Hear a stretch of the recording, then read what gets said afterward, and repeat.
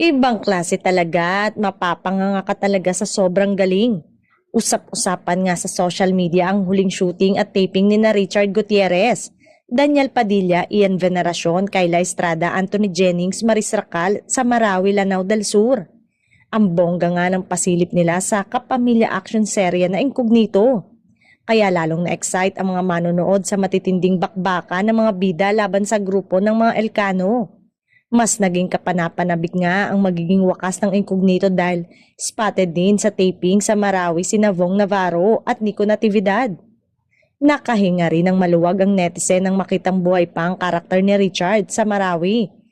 Matapos ang nakaraang episode noong Lunes, naging center rin si Baron dahil sa nalalapit na pagwawakas ng kanilang show.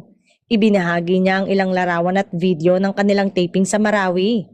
Dahil nga sa exciting na kwento at pasabog na action scene, nagre-request ang mga fans ng isa pang season ng Incognito.